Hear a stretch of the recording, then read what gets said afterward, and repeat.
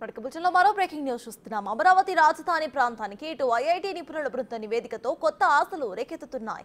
రాజధాని ప్రాంతంలో నిర్మాణంలో ఉన్న భవనాలను గత 5 ఏళ్ల కాలంలో జగన్ సర్కార్ అస్సలు పట్టించుకోలేదు.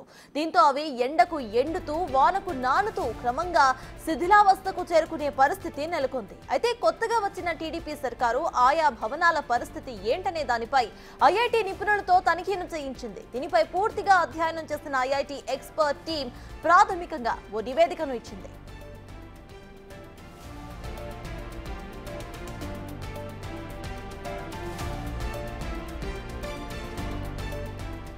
ముఖ్యంగా రాజధాని ప్రాంతంలో నిర్మాణం చేపట్టిన పునాదులకు ఎటువంటి ఢోకా లేదని ఐఐటి టీం ప్రాథమిక నివేదికను రిలీజ్ చేసింది. అందులోనూ మరీ ముఖ్యంగా హైకోర్టు, సచివాలయం, మిగిలిన భవనాలకు ఎటువంటి ప్రాబ్లం లేదని స్పష్టం చేసింది.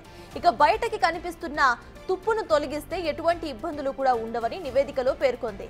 ప్రజాప్రతినిధులు, అధికారులు, ఉద్యోగుల కోసం నిర్మించే నివాస గృహాలకు కూడా ఎటువంటి ఇబ్బంది లేదని స్పష్టం చేసింది టీం.